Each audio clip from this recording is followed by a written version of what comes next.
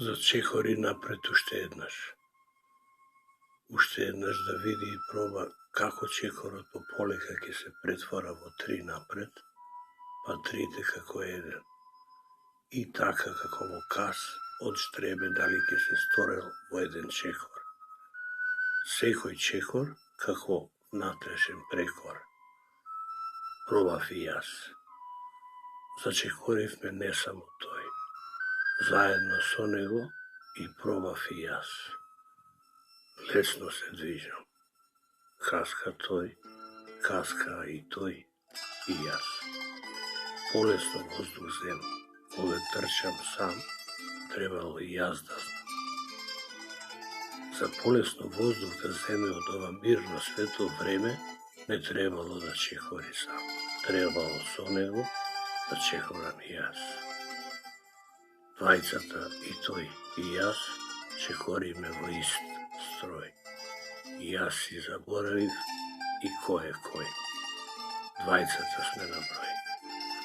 Ко водата тивка брегови што ровни, една река низ корито плови, една од две страни, два брега кон себе си ги клони.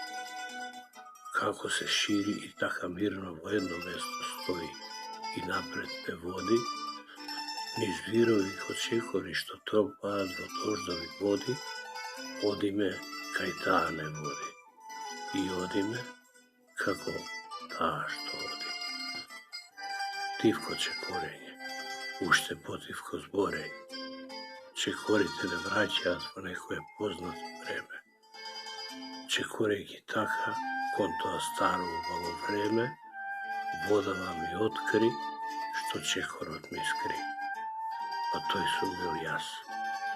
Не сме двајца еден до друг во чекор да се следат.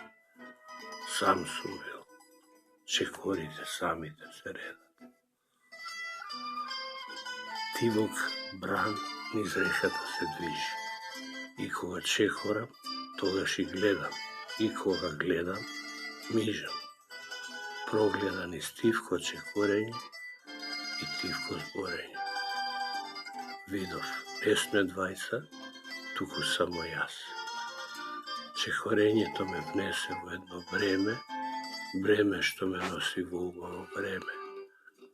Хоризонтот е светол и поширок од денес. Влегов во едно време што ми стана мирно, тивко, со лисја што покрај река шумат, од дрвијата нанижани во расфрлан строј, зеленина бујни покрај река од зелени се прават во златни, па ќе ги снема, што белио од златото ги зема.